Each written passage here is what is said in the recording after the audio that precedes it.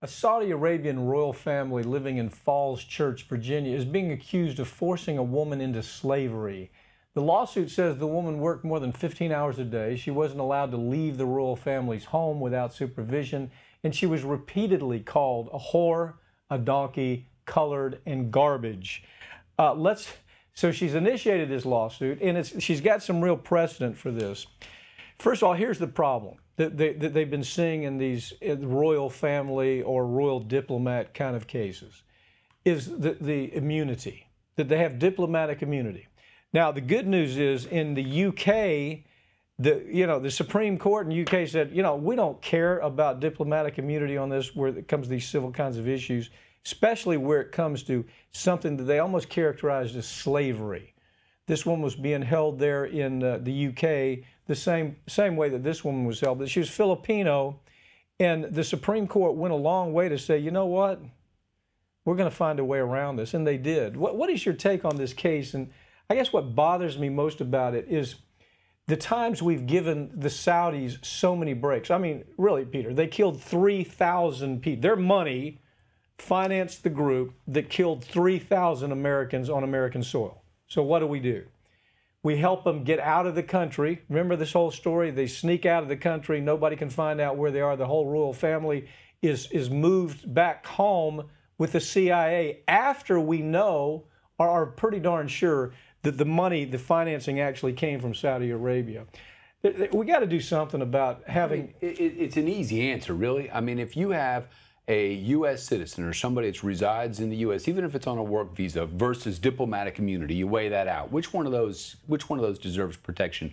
There is absolutely no way we can say that that diplomatic immunity applies to an override, act of slavery, an act of slavery. That should seem like okay. So that's the narrow exception at this point. Right. At least in the UK, they said we're going to make some exceptions, and this exception seems to be they granted limited residential immunity. That's what they call it. They said you got residential immunity, but it's limited. Right. And the thing that they carved out that's very obvious here is they carved out where, where it comes to slavery, we're not going to really give you any kind of breaks.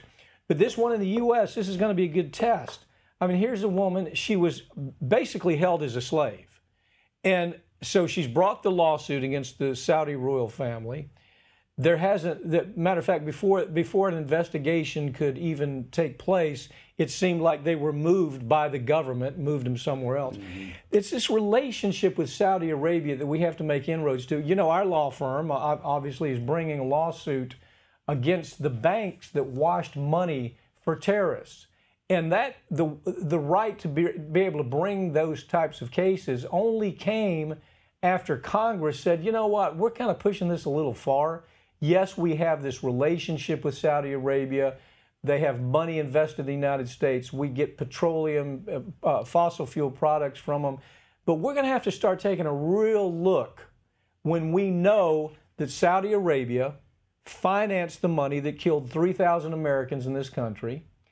And the families have brought lawsuits. They should be able to make a claim to that money, and that's what Congress did. Congress said, "Yeah, you don't get special protections because you're you're from Saudi Arabia or diplomatic immunity." But quite frankly, it shouldn't matter where you're from. At the end of the day, we have to protect basic human rights. I mean, it doesn't matter who it is. But from a legal from a pure legal standpoint, sure, as we're analyzing this as a legal show, the only way it's going to take place is in little cuts, right, little steps, like the UK said. Just one little step at a time, like those sandbars built. Exactly. So the UK said our first little step is to say, we're not granting unlimited immunity in a residential, in a limited residential situation, right, and we're also factoring in that this is nothing short of slavery. So we're cutting some things out. They looked at the fact that in the UK there were 17,000 domestic workers. These complaints are coming up regularly where it comes to these folks working for Saudi families. So this wasn't just a unique one-off kind of case. This Filipino woman in the UK, this wasn't one-off. Same way in the United States. Right. This is not a unique situation, and we need to start considering. If you can't embrace the entire thing, you start with exceptions, right, and you start saying, well, there's some very suspect classifications that we need to look at as we monitor this. One is suspect classification is, was slavery? Can we characterize, was slavery involved? The other suspect classification that Congress already gave us is, was terrorism involved? Can we characterize the conduct as terrorism? So we need to keep chipping away at this type of immunity because it is a disaster. And look, these folks think that they're just above the law. I mean, you know, can you imagine telling this woman that she's a whore, she's colored garbage, and she's held in this home right there in church, in Falls Church, Virginia, where she can't even leave the house. Right.